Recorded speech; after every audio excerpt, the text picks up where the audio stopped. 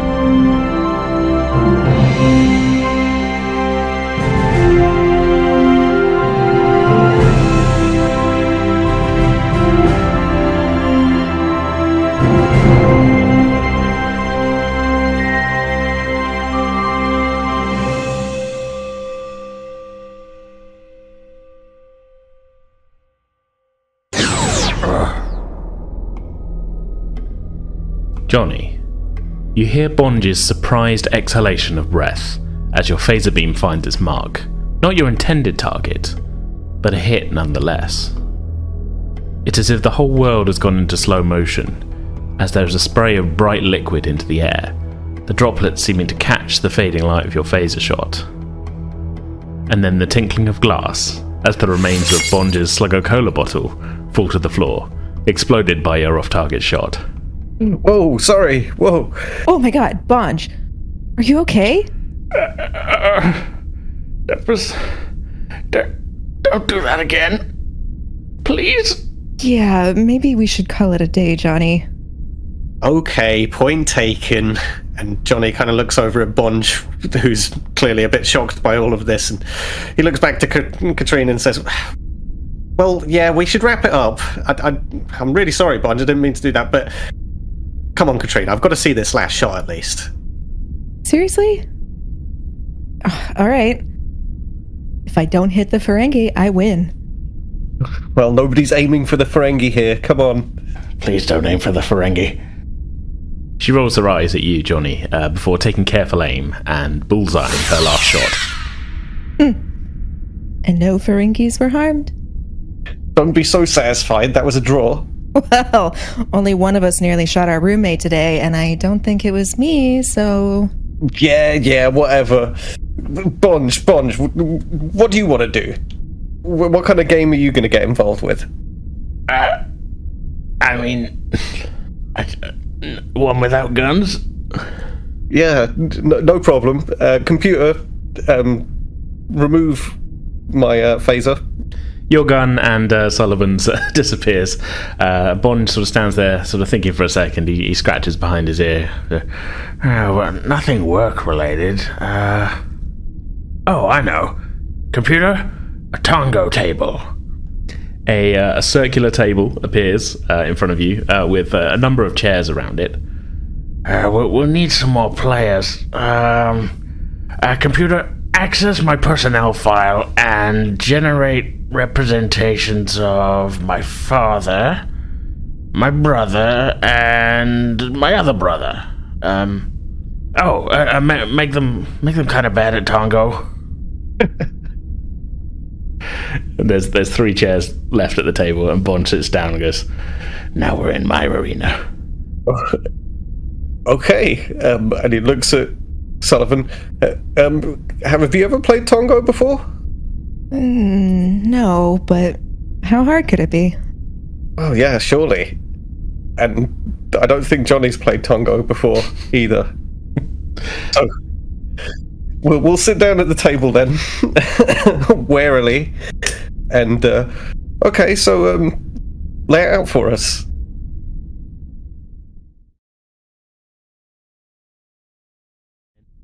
Okay, so again, we're jumping back a little bit in time. Murphy, you leave the briefing. You have your notes, and you're with Commander Talin all the way to the ship. But she nods to you as you re-embark and leaves you at the docking port. What would you like to be doing? Given that Murphy's not a scientist, and her notes are minimum at best. Yeah. She's jotted down like key points and as much as she can handle. I would imagine she'd probably take this to Ray's team. You've got the vague concepts, you haven't got the numbers. Yeah. And give them like a breakdown of what she's understood, and she's like, I hope you guys understand. I'm sure you guys understand this a lot better than I do, but this is what they wanted us to do. Okay. And just get them prepared and stuff. All right. Did you? Well, we can go through that as a meeting if you want, or yeah. All right. Yeah. I guess. Okay. Well, here's what I'd say then. So you're probably best meeting with Ray's second, who is Lieutenant Commander Fell. Okay. She is also a joint Trill, but she's sort of head of biosciences. So it's maybe not the most, but she'd be able to at least pass the information on to the right people. I'll probably check with the computer where she is, because she might not actually be in the science lab. Computer. Look, is it Lieutenant Commander Fell. There's a bit of a thing, because like she's Ray's second, but they've got the same rank and same rank as you as well. Computer, locate Lieutenant Commander Fell. Lieutenant Commander Fell is in Gymnasium 2. Ah. So Deck 12, same level as sickbay. Ooh. She's gonna head there, because then as soon as she's done that, she might probably go see Ray. Check on, or at least check in with the doctor. Sure, yeah. Yeah, so she's going to wander to find Yeah, so you get the turbo lift down. I don't think we really established where the docking ports are. I've got a ridiculous spreadsheet, and that's the one thing I haven't got on there. It's above that. Whatever, who cares? It's an airlock somewhere. Yeah, it's an airlock somewhere. Yeah. So yeah, you head down to Gymnasium 2, which is basically kind of like a small room with pads on the floor and things. It's not worth using a holodeck for just working out on stuff most of the time, unless you're Jonny. Or Murphy deciding to beat up Cardassians to get some frustration out. But you enter, the doors aren't locked or anything, and there's a few people in here sort of working out, a couple of people on treadmills and things. You spot Lieutenant Commander Fell sparring Taekwondo style with another crew member. With like Murphy's like combat skills. How is she faring? Is she very good? Is she managing to hold her own, or? I guess can I get like an insight security? I guess would be a difficulty 1. I guess. Ooh. It's tough to read. Would you say Murphy's not? I mean, you've got hand to hand as your focus. She doesn't look bad. Yeah, she seems to be doing okay, but maybe you're not a Taekwondo person, so you're not. Yeah, maybe it's a style of fighting thing I'm not. Yeah. Too clued up on. You're not used to.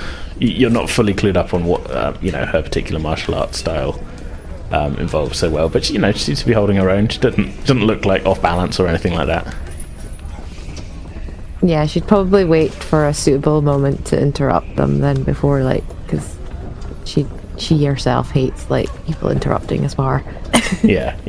So yeah, you can stand there patiently for a minute or so, and then Lieutenant Commander Fell does win her matchup, but like I say, they're just kind of sparring, and then she clocks you and says, "Oh, hi. I don't think we've really talked. Hi, I'm Lana." Murphy, I know that you're Lieutenant Commander Ray's second. Unfortunately, he's in sickbay at the moment, and the captain drew me into the briefing. I just wanted to run through some of the points I made. They might not be helpful. I'm not that sciencey. I'm sorry. That's fine. I didn't know he was in. I didn't know he was in sickbay. What's up? I'm not 100% sure what's going on, but he's in excellent hands with the doc. So I'm sure he'll be back with us soon in the next few days, cracking jokes as usual. Oh yeah, I hope so. I'll have to go visit him. How long's he been in there? I haven't seen him today. No, he took unwell last night. So they've just kept him in overnight and just running some tests, as far as I know. I'm gonna head over and check in on him. But yeah, this is the pad. I did my best, but you guys, this is your guys' field. So she takes the pad off you and says, "Oh, this kind of isn't really. I don't do the astrometrics. I'll pass it on though. So you've kind of thrown me off with this. Ray always seems to say he would seem quite healthy. So I'm sure he's going to be fine. We all end up with the doc at some point. It's we'll see. I'm sure I'll go check on him after this, and I'm sure we'll have some answers at least. Yeah. I'll tell you what. She's not in uniform. She's in Taekwondo gear. So I'll pass this up to the guys in astrometrics, and then I might go and see him myself. Yeah. Don't think I'm quite ready to be head of sciences yet. There's a joke. Don't. Don't worry. I'll let you get back to your sparring. You were looking really well. Catch you later. Thanks. I try and keep fit.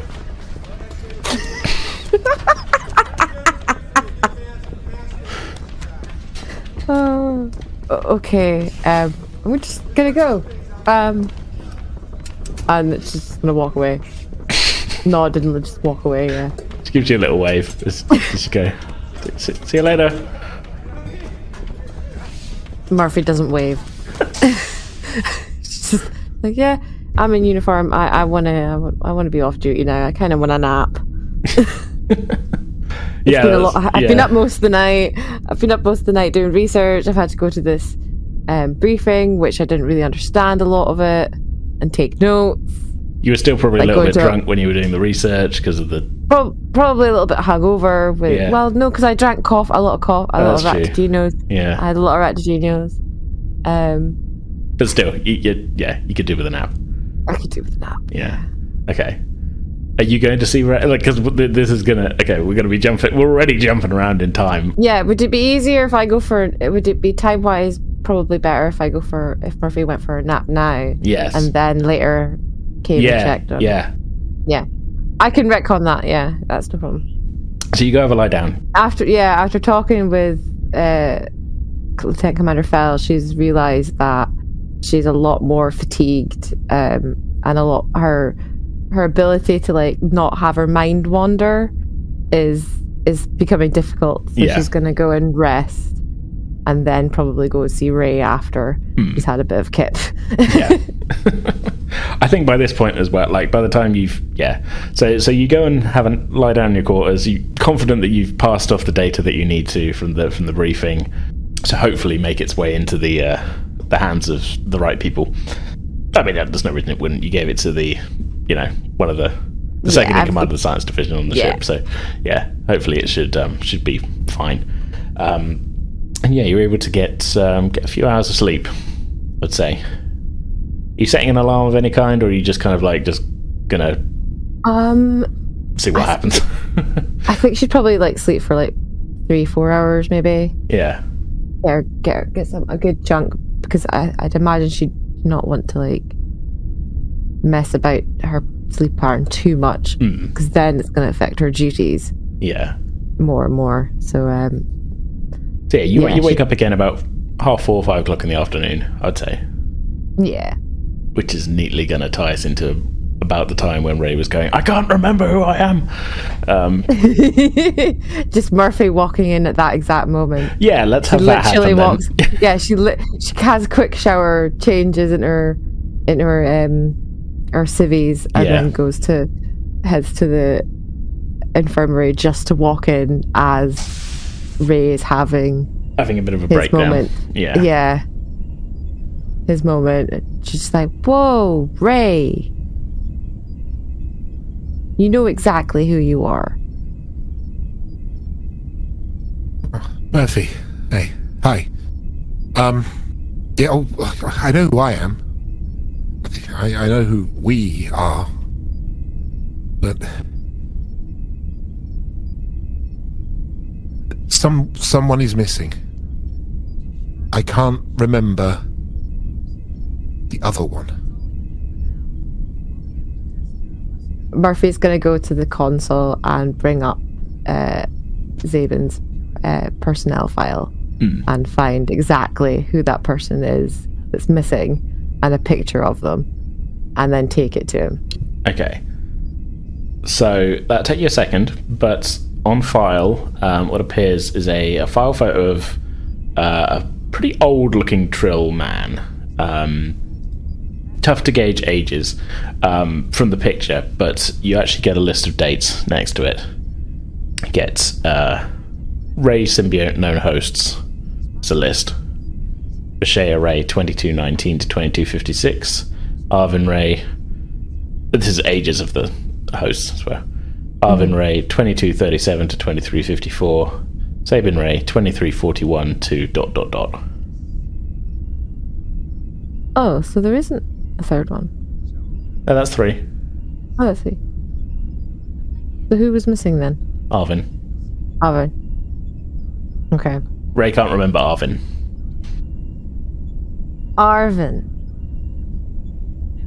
And she's just gonna like turn the pad with the picture of Arvin. This is who is missing. Does he look familiar? Ray, it's strange. You have 2 conflicting memories of someone called Arvin.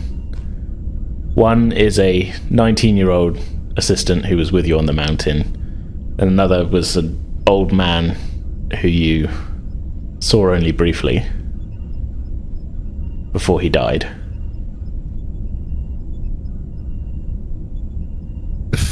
The face is familiar. I think they were on the expedition with me.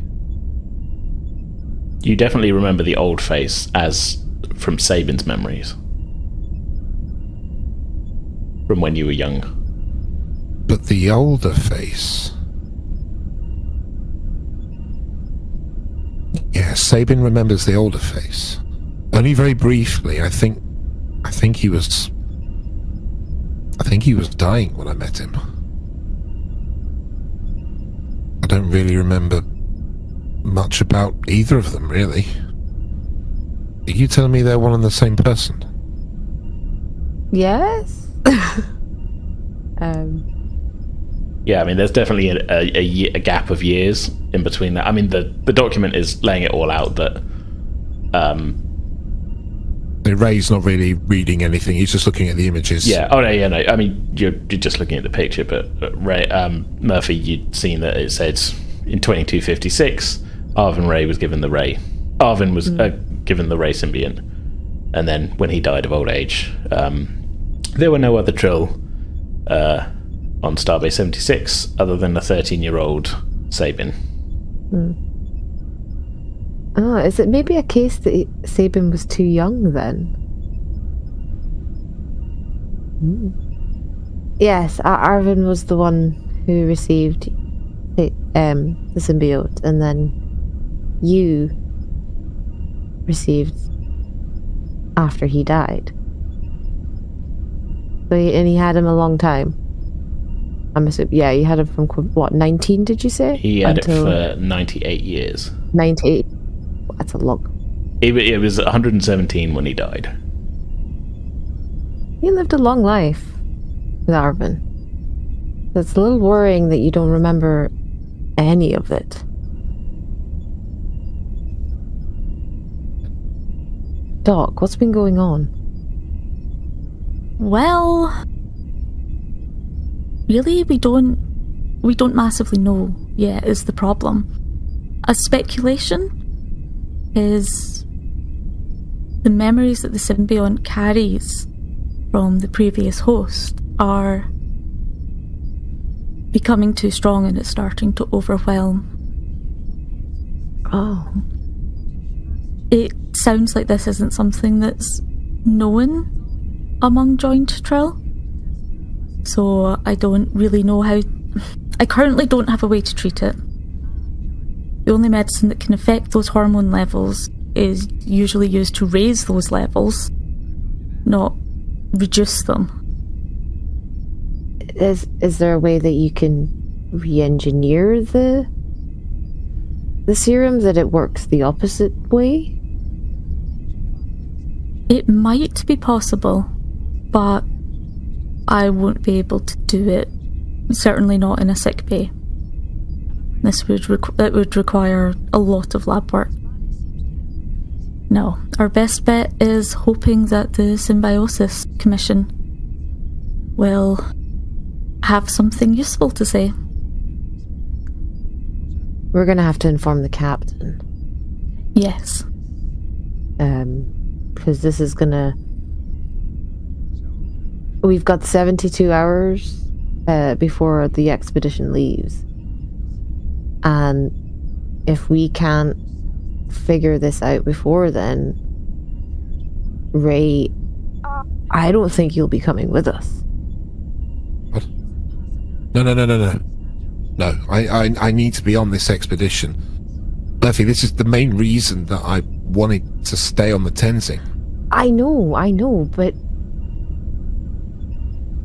you're in obvious pain. You can't go out into this expedition where we don't know how long we're going to be or how your condition might even worsen and we can't do anything about it. You would need to be on this side. If you're still collapsing from pain and have various perspective and memories as yourself and your previous host, I would not be clearing you for duty. Exactly. Until this is fixed, you are off duty. You're right, of course. I mean, the science officer of a Nebula-class starship, I mean, if you can't tell who he is from one minute to the next, why would anybody trust him? It's not about that. You might hurt yourself more. or it might hurt other people. I don't believe that for a second. Really? Earlier, when you were Vishia, or thought you were Vishia, you weren't aggressive. You were distressed. But there was no anger, there was no intention to harm anyone. I can understand why it scares you. But you do have people around you who know you. And we know that you would not behave like that. The concern is that this issue seems to have intermittent severity. And if you were going to be trapped in a sickbay, potentially sedated, because there's no point in you waiting in pain, then the place you would get the best treatment would be at Deep Space 3, not on board the Tenzing. However, it may not come to that. The doc's looking into avenues.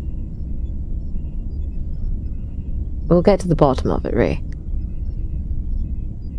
Thank you. Both of you. I mean that. What I think we do now is we inform the captain of what's going on. Try and get... You said that you're going to be contacting the symbiote? The Symbiosis Commission, yes. The commission. I reckon we get that fast-tracked through comms as soon as possible. High priority. But first, we need to update the captain on this situation. The captain can expedite our communication to exactly. And pull some strings. Doc, if you come with me, I think from hearing it from both of us, I think we'll get the severity of the situation across. And Ray, just hold in there, okay? I'll do my best. I'll just get back on the biobed and try and remember some stuff. Do you want me to grab anything from your quarters? A book or something familiar? Actually, yes. In my quarters, at the end of the bed, there's a small chest. Wooden. Quite ancient. Would you mind bringing that to me? No problem. I'll pick it up after I see the captain. Thank you. And with that, Sabine goes back and tries to get comfortable on the biobed. Ireela's going to pat him on the shoulder before heading out. Thanks, Doc. Murphy's just going to have a stiff upper lip and just try not to, deal with the emotion that she's feeling because of her friend. Razor bud. Not happy. Yeah. We've sung Piano Man together. Exactly. We've been in foxholes during the Dominion War. Come on. Yeah. Once you gel together, you're bonded for life. Exactly. We sing karaoke, man. Come on. Exactly. That's not something you just dismiss. It's not something you just throw away. Exactly. Alrighty. I'm just going to head up to the captain, I think. Murphy's quite quiet. Not... cool. Well, she's handling it as best she can, but she's quite concerned and quite worried for Ray. So yeah, you go up to the bridge, to the captain's ready room, and press the buzzer. Is it a buzzer? You press there's a button. Call button. There's a brief pause. Captain's come in. Doors slide open. Murphy walks in. Captain. You enter, and you can see the captain is actually not alone in his office. He sat behind his desk, and seated facing him is another Trill. Murphy, you haven't met her, but you recognise her from the formal function and from your night of research as Lady Rai. Ireela, obviously, you've had a couple of interactions with her today yourself, but you're a bit surprised to see her up here in the captain's office, however. As the pair of you enter, she stands. Well, I really must be going, Captain. Thank you very much for your time. I look forward to speaking again very shortly. As she steps past the pair of you on her way out, she smiles at you. Doctor? Commander? And the door closes behind her. It's another, interaction that she's just going to slot away. I don't think I'm trying... I don't want you to take the wrong thing from that. The captain is not taking the Deep Space 3 opportunity to be like, I'm going to hit on a bunch of people. No. She's not. She's just making light of it. Yeah. Please, take a seat. What can I do for you?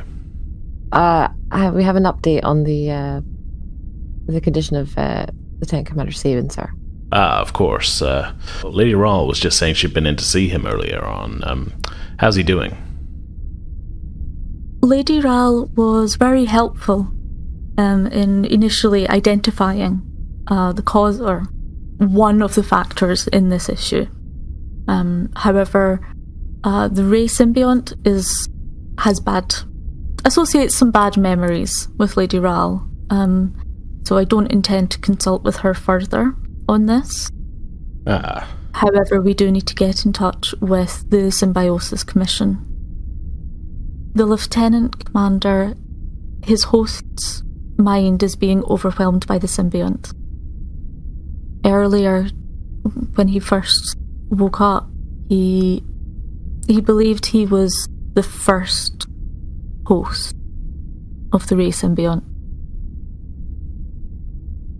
And then he could not remember who the second host was after he came back to himself. Well, you're the doctor, but that doesn't sound good to me. No. We urgently need to get more information from the Symbiosis Commission. His condition seems to be very variable, but I'm concerned that if the particular hormone that affects the strength of the connection, if those levels increase more, it could be unsavable. It's that serious, huh? I'll see about getting you Priority 1 comms authorization to talk to the Trill. We need our science officer back. As far as Lady Rai goes, though, who you consult with is, of course, up to you. If Ray doesn't want anything to do with her, that's his own business. I will say, though, don't count on this stop-off at Deep Space 3 being the last you see of her. It hasn't been formally announced yet, but she'll be joining us on the expedition as a special Federation envoy. Sir? I see. The lady is certainly incredibly competent. I imagine she will be a great benefit to the expedition. Very diplomatic of you, Doctor. Well, the Admiral felt, and I agreed, that we could use more civilian perspectives on this mission. We don't know who or what we're going to run into out there, and there are times when an outside voice might be just what we need. Is she to act as ambassador, sir, if we have a first contact situation? It'll depend on the situation, and at my discretion, of course. That may be a function that she ends up serving on the ship, though, yes. As with a lot of things in this expedition, we're playing a lot of it by ear. Can't rely on established protocols when fully stepping into the unknown like this. She is an accomplished diplomat, though, a good choice for this mission. We might want to keep Lady Rai and the Lieutenant Commander at some distance from each other until he has a full bill of health again. Of course. I'll take whatever recommendations you have on that. At any rate, she'll be in VIP guest quarters. Her and Ray won't exactly be next door neighbors or anything. It's a big ship. No reason for them to interact any more than is absolutely necessary. Unless she joins you for karaoke, of course. I'm not sure if Lady Ireela is quite the karaoke connoisseur, sir. Well, you never know. It might grow on her. I must say, I am struggling to reconcile the noble lady with her butler and a karaoke bar. A butler, you say? Yeah. He was in attendance when the captains and I had lunch with the Admiral earlier on. Seemed a bit stuffy. Anyway, I'd better see about organizing that Priority 1 channel for you, Doctor. Thank you, Cap. While I remember, and I have both of you here, on a bit of a lighter note, the Admiral has suggested something which might be, a welcome diversion for us all, while the expedition's still all docked here at the station. As it's such a rarity for so many Starfleet ships to be here at the same time, he suggested we hold a friendly competition between the 3 ships of the expedition. Murphy's just gonna grin and be like, "What kind of competition, sir?" Well, what he proposed is each ship puts together a small team to face a series of holographic challenges in the station's training center. They won't know going in what they're going to be up against, and whichever team performs the best is going to be the winner. One final wrinkle, though. All the teams must be made up only of ensigns. No senior staff, no experienced officers. I see. Murphy's just gonna grin. Oh, okay. They all have to be ensigns, so it's no senior staff, it's just the ensigns, sir? Well, we wouldn't want to make things too easy now, would we? Ah, okay. As we don't know what the challenges are going to be, I think the best approach is going to be for each division to contribute 1 officer to the team. Cover all eventualities.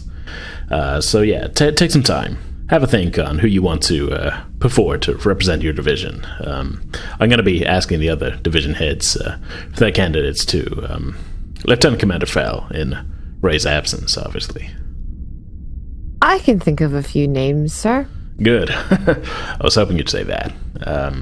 There's still some details to be worked out, obviously, but it's likely going to be held the day after tomorrow. I'll talk to Commander Sullivan, and she'll coordinate a briefing when she has all of your candidate selections. All right, sir. We'll leave you to it. It's a good thing Johnny's already practicing. Yep. Bonge is going to start wearing body armor. Do we know the most competitive ensign? Yeah. It's also sussing out the competition with Sullivan. That's true, yeah, she'll be... well, we don't know, but she might be from the Auckland's crew. So, speaking of Jonny then, I think at this point we'll cut back to Jonny and Bonge and Sullivan. I think as you leave the holographic training centre, Bonge managed to beat his holographic representations of his father and brothers at Tongo. It'd be safe to say you and Sullivan weren't really... you didn't know how to play, I think, going into it. I feel like Jonny would have probably been taken to the cleaners, because we've already established that he's not really very good at... well, his poker face is non-existent, really. I think everybody around him can read him pretty well, so the fact that he didn't know how to play the game in the first place, Bonge is going to have taken full advantage of that after the unfortunate... after the incident. So, I mean, I think overall you had a good time. It's not a game you've played before, and maybe, I don't know, I think you had a good time, but you were under no illusions that you were thoroughly, like, hustled a little bit there on that one. So you've spent most of the afternoon really in the holographic training centre. You got there early in the morning, and there was the shooting incident, and then played a few rounds of Tongo. I'd say it's probably mid-afternoon now at this point. Mid-afternoon, maybe pushing 4 o'clock in the afternoon. So what do you want to do? What do you want to be doing? I know Sullivan had talked of getting food, but I think her hangover is past mostly at this point. I think it's probably still a good idea. Go and get some lunch. So as we're coming out, Jonny turns to Bonge in particular and, like, looking at him directly. He's, damn it, Bonge. You really know how to play. Remind me to get some practice in for next time. Yeah, I can give you some lessons if you want, you know. Well, as long as it's actually going to be educational. I don't want you just teaching me the wrong thing so that you can win easily. Well, no. What do you take me for? I mean, I'm not going to give away all my secrets, but yeah. Well, that's fair. And, well, what did you think, Katrina? How did you enjoy Tongo? I think I preferred the shooting. Yeah, you and me both, in spite of, well, let's forget about what happened with that. But congratulations, your turn to win today, I guess. But I guess that means, well, is dinner on you? Should we head down and get something to eat? Yeah, I'm oddly starving. Post hangover munchies. Let's head to the civilian areas. Sounds good to me. We need to go by there anyway, you know. I need to pick up more of that slug of cola before this expedition heads off. Oh, yeah, of course. Jonny kind of winces a little bit thinking of the smell of that stuff and the fact that the bunk might now have that odour for quite some time if he buys, like, a crate of it. It does smell a bit like pond. He's like, yeah, I gotta stock up, you know. Yeah. Good stuff. You'll come around. We'll see. In the meantime, though, let's. Well, what have you got in mind, Katrina? You got any kind of preference for what we should have to eat? I don't know. I could go for pizza. Pizza sounds good. Have you had pizza before, Bonge? Yeah, I've been just, you know, I had some when I was back at the academy. Well, good stuff. Let's go and get some pizza then. And Jonny starts leading the way. Okay. Yeah, you jump on a turbo lift down to the. I mean, there's replicators everywhere anyway, really. But like, I feel like there's a difference between replicated food and going to a restaurant and getting it where they might be. Even if the ingredients are slightly replicated, they are cooking it in some of these places. You know, somebody's tossed the dough at least. Yeah, there's a slightly nicer flavour and everything. And yeah, you're able to find a little pizzeria. It's not particularly busy in here, but it seems like a nice place. Right, well, let's grab a slice. And Jonny takes a look at the menu. What kind of selection of, like, items have we got here? Is this standard Earth fare, like pepperoni and like the usual stuff, or are there any unusual things that are on the list right now? The usual stuff is on there, but you got to remember you're quite a distance from Earth here, and like there's all of the Federation. So over the centuries, there's been some importing of different ingredients from other Federation members and that. So what we now would think of like, oh, that's the standard. Like in Jonny's time, the standard includes like stuff from Vulcan and like Andoria and all these places that are just like, oh yeah, no, that's a standard pizza, ingredient choice at this point. So yeah, you've got a bit in there. I don't think it's something Jonny would want to eat necessarily, but I can't help but imagine guck pizza. With a nice healthy slop of worms on top of it, basically. Living worms on top of a pizza. I don't think I'd go for that personally either. No, but I can't help but think that maybe that might be there, and that would be something that Jonny's eyes would quickly, like, he'd recognise it and be like, no, that's not for me. Yeah. I think, as much as I've just asked the question, Jonny's a pretty straightforward Earth guy, and I can't think of any particular Bajoran food to point to be like, that's the thing that he would have. So I think he's going to stick to a classic meat feast of some sort. If there's some alien meat that would fit within the kind of standard of pepperoni and the rest of it, maybe there could be a little bit of that in there, but I wouldn't know to call it by name. There totally is, and I also wouldn't know what to call it by name, but it's the 20. This is the 2378 version of a meat feast. Is not just Earth meats. I mean, a lot of actually. This is the thing, we've had this conversation before. Is it real meat? But I feel like replicated, it definitely isn't. Because that's just protein synthesis. Protein synthesis. Yeah, it almost feels barbaric to have my character be like, no, he sticks to real meat. That's real meat. Nah, he probably wouldn't take that attitude because he's Starfleet through and through. So even if it's simulated, it's still good. Maybe there's an option, so you can say when you order, like, do you want this with real meat, which is going to cost something extra, or we can do it with, synthesized, so you're still technically, all of Starfleet stuff is still technically vegan, Yeah. On that basis, then, so Johnny will kind of lead them in to the pizza place, and eyeing over the menu, he sees the meat feast and turns to them and goes, "What do you guys think about a meat feast? And any preference on whether it's simulated or not?" And he kind of looks at Sullivan, not quite sure how she might swing on this. I think I'll stick with the simulated. Works for me. And Johnny's kind of relieved, because that was something where it's like, well, he's not necessarily had a lot of real meat in his lifetime, and like that would be curious, but at the same time, the cruelty factor. We're living in a future where this is like well established that you can get your protein without anything having to suffer. So he really doesn't want to do that. You can have it looking however you want it, really, but it's and that's I feel like simulated is the default option. Okay.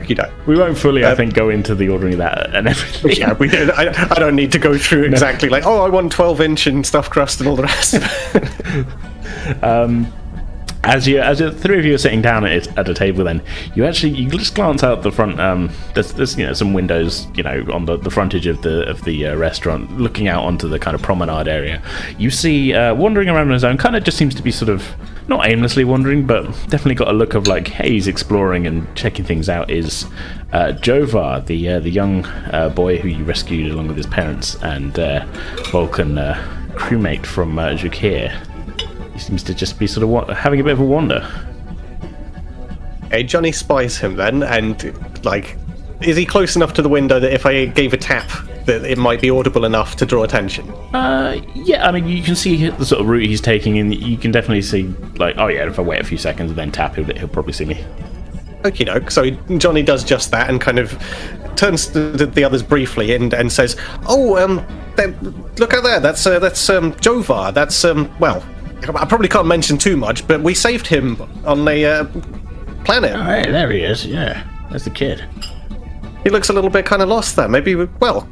And Johnny gives a tap on the window and waves in a very enthusiastic manner with a big smile on his face to try and get Jovar's attention. Yeah, at the sound of the tap, you see Jovar kind of look around, and then he kind of clocks you through the window, and he sort of waves back and sort of steps in. Hey, Johnny. Hey, Bonge. Hey, kid. How you doing? We're pretty good, just having a look about. Good to see you, Jovar. Just having an explore, I guess. Well, you hungry? Do you want to join us? And he holds up a slice of pizza. We've got pizza. It's good. Have you ever tried pizza? No, I haven't had pizza before. He pulls up a seat, sort of sits. He sits down next to Sullivan, who he sort of looks at. And, hey, I'm Jovar. Hey, I'm Katrina. I'm one of Johnny's friends from way back. Here, have some pizza. I'm sure you're gonna love it. This stuff is great. Classic Earth food. Yeah, he picks it up. He's a little bit, again, he's a little tentative, but he's kind of gotten used to slightly more what we consider standard foods since he got rescued. I mean, at this point, it's been a few weeks since they were pulled off of Jakir 2. Yeah. The initial culture shock's going to be not necessarily wearing off, but he's not going to be feeling out of his depth having some unusual food thrust at him, eventually. No. So, yeah, I think over the course of, some time, you guys are sort of, as a group, kind of laughing and joking and that. So, JC, today might be the last time we get to compete for a bit. How does it feel knowing you'll have to live in second place for a while? Well, I'll be honest, it doesn't feel great, and... Well, to be honest, it's not me that I suppose I should worry about. Are you okay, Bonge? Sorry about that. I didn't really mean for the competition to get quite so out of hand there. Oh, yeah, I'm fine now. I mean, not the same can be said on my drink earlier. Yeah, I guess I owe you a sluggo or two. I'll make good, don't worry. Yeah, good to hear. Johnny, after saying that, quietly leans into Jovar and says, "Don't drink the sluggo if he offers you some, trust me." Why, what's wrong with it? No, just believe me, when you smell it, you'll know. And Johnny turns back to Bonge with a big kind of beaming grin of I didn't say anything. Yeah, Bonge, I feel like Bonge is fairly oblivious to that. He's just yeah. He's fairly easygoing.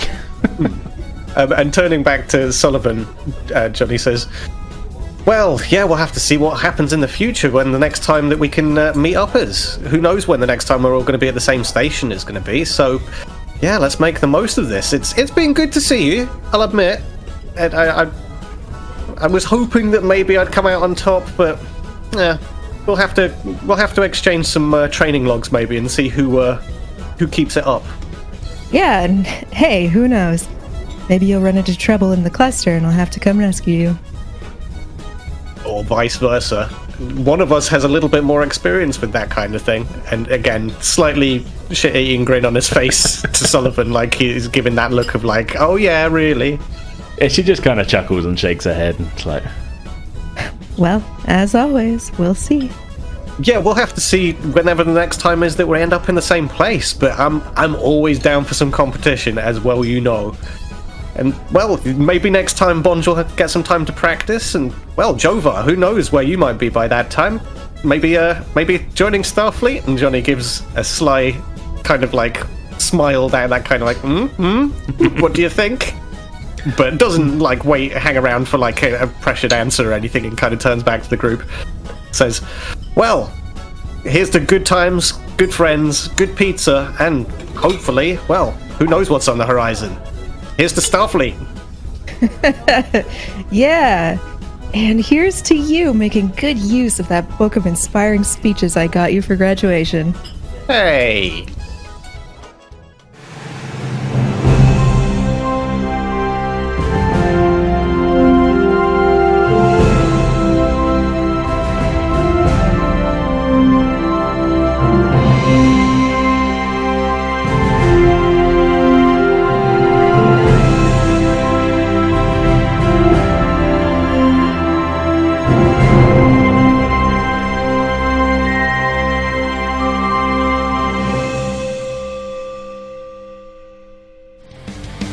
That's going to do it for this episode. We'll be back in 2 weeks' time on Thursday, August 11th, for the next chapter of Frontier, and we hope you'll all join us for that.